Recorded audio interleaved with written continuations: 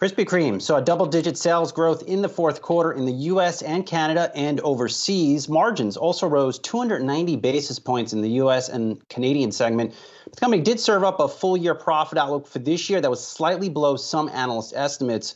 Joining us now is Krispy Kreme CEO Mike Tattersfield. Mike, good market response to the earnings report today, and I would say part of it is just the sales gains you guys have put forward.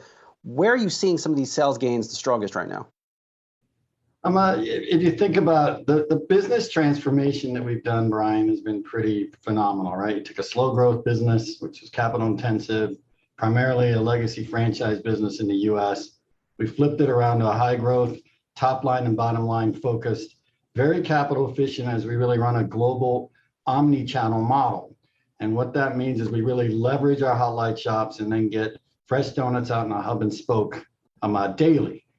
And when you can combine that with the seasonal aspect of our brand, this is not a daily ritual where people are coming in and having a donut every day. We really absolutely maximize the opportunities when it's around Halloween, when it's around the holiday season, when it's around Valentine's Day. It's actually our #1 day in the world, where people use our brand for those celebratory occasions. And in fact, Halloween and holiday season were tremendous. So you saw that in our performance. We delivered 12.5% organic growth and 30% EBITDA for the year. But it's about capturing that opportunity and then making sure the assortment matches. And there's pricing power when you end up really thinking about the product packaging, et cetera. Mike, just given how competitive the environment is, are you surprised that a Krispy Kreme has pricing power in this environment? You mentioned on the release that you did raise prices in September and November, but it doesn't look like you saw much resistance, right? We did. Again, we're an infrequent brand, right? So the average user visits a Krispy Kreme 2.5 times a year, right? So when they're going to use this, it's about a celebration, and it's about a shared experience. So pricing is not the #1 feature that someone's walking into Krispy Kreme to order the dozens. What they're looking for, particularly when they're looking at those occasions, is does the product match their expectations? Whether it's the glazed hot light donut or new premium donuts that we can come out, or seasonal Halloween, and we just did our Valentine's Day donuts, which were very successful, right? So that's where you can see the pricing power coming in.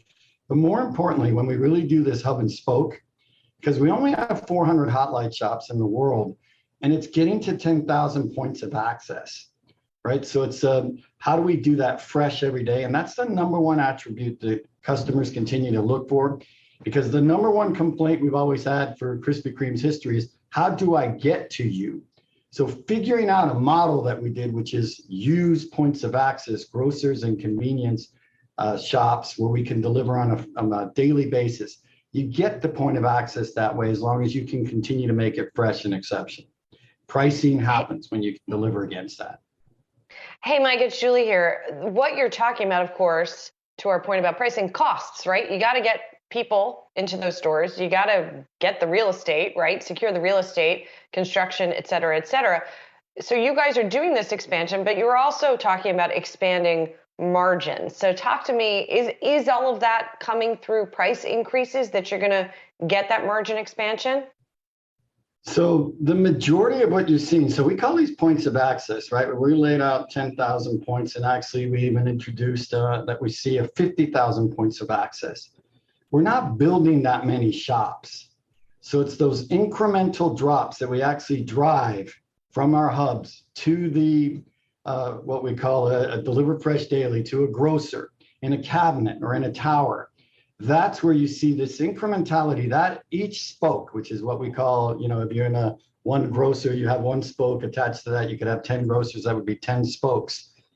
That efficiency of each additional spoke on top of our production or our hubs is where you see the margins come through. You can take price, but we're very disciplined about price. We do plan for price increase this year, but it's pretty much around what we think inflation might be.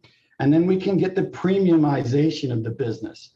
And so you'll see that benefit of those hub and spoke model, the efficiency of that. When you deal with also the pricing power we have, you can see that we can really generate margins.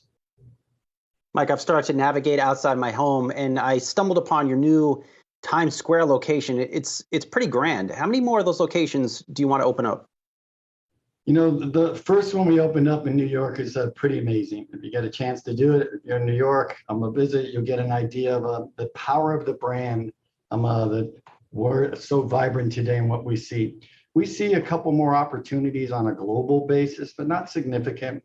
But again, it's that aspect of a hub that's also really demonstrates the hot light ability, the vibrancy of the brand. It really showcases our glazing innovations that we can do, and even unique donuts, just even for that site. So the one in New York, which is incredible with its video display, everybody in Times Square knows it's there. Yeah, most definitely. Sazi really made an impression on him. Also making an impression, you talked about how these are sort of special occasion donuts, and you talked about some of the limited edition ones. I know you're really pumped about the Twix donut, which sounds like a lot, to be honest. I mean, that's like a treat on top of a treat. So what do you think is going to be the excitement, and how do you think this is going to do? So we do, I mean, we know right away, right? So when you're a merchant, you can see it in either you're putting it to the delivery, you can put it through your shops, you can take it to the DFD channel. So you can see the velocity and the demand today. Today we can't, there's a lot of pent-up demand to try to get a product like this. Power Partnerships is a platform that really matters. And it really comes to life when the partner that you choose that you're partnering with, actually their product is really well represented, not just crumbled up on top of a donut, but you're really getting the caramel of the Twix cookie, or you're actually doing a full Twix cookie inside of a Long John donut. That opportunity just showcases both brands and the power. We'll continue to use that type of innovation with other brands along the way, as well as our own versions of our own donuts. But we see that as a platform that has a lot of life, not just in the US, but around the world. It's been done already with Reese's. It's been done with Hershey's and other things. Last year, we had an amazing Oreo cookie with a big Oreo cookie on top of the donut, which was fantastic. If you can get that merchant touch, it's got to deliver the taste, and then the storyline and packaging really bring it to life. And then both brands tend to be incredibly happy, because when we do it, we can sometimes generate billions of impressions, right? So a partner brand really appreciates that, because we're not spending the dollars in marketing. Mike, how do you try all these new products you guys test? Are you eating donuts around the clock? We don't. I do try them. I immediately yesterday, I was trying the Long John Twix donut, and the father came by and says, "I'm taking one for my son." I go, "You better take two, because you're gonna have a little battle there." And he's like, "Oh, they'll be nice." But I do try. They bring unique donuts to me. I'll give them comments on glazing and this. You take a bite. You enjoy it. But yeah, I still am a huge fan of just the original glazed donut that's hot. It's incredible. Fair enough. All right, Krispy Kreme CEO Mike Tattersfield, always good to see you. Have a great rest of the week.